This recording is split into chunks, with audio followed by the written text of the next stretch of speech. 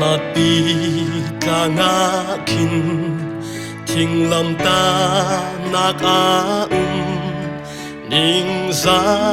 re the nạc mun si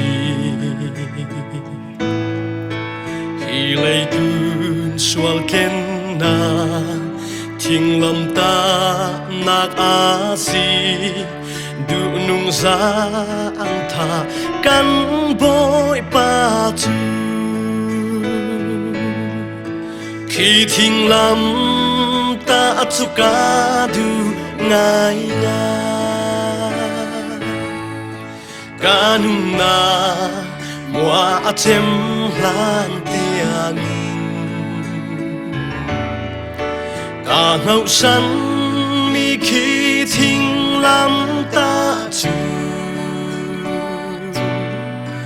tôi nu suy lu khu thon khen đinh khi thình lâm ta chu lei đun min hu xuam na in mang băng ra lung rêu tu si van chung sun loi na tan in pathiam tu fa khi Calvary tanga thi na tuarin khi thình lâm ta chu ka du ngai nga ka nung na mua chem lan tiang ka ngau san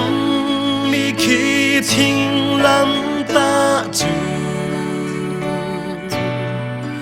tôi nu suy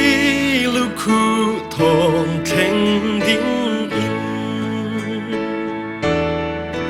khi thình lâm ta chu man har thi luam nak si ka hu chung bang bang za ka ti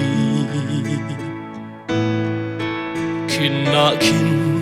boy Giêsu thi tua na hun si cây mai xóa thiên ter na hun si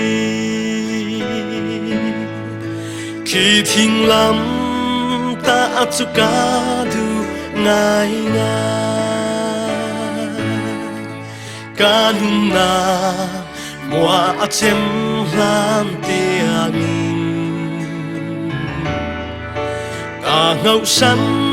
mi khi thình lâm ta chu tôi nu suy lu khu thon khen đinh khi thình lâm ta chu cùng khoa in ca zum ding ning za nak man ka tua lam ding van chung khoa ding i ko ti ka thun ding mai sun loi nak zar ka tau ding khi thình lâm ta chu ka du ngai nga ka nung na mua chem lan tiang